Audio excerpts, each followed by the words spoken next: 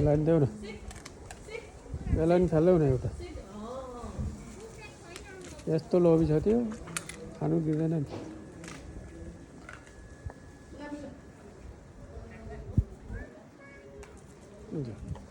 कति त्यहाँ जाँदाखेरि यसलाई अर्को कस्तो स्पिड आइरहेको छ।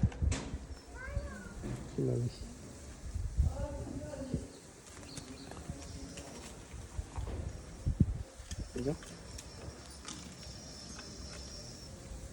सक्यो।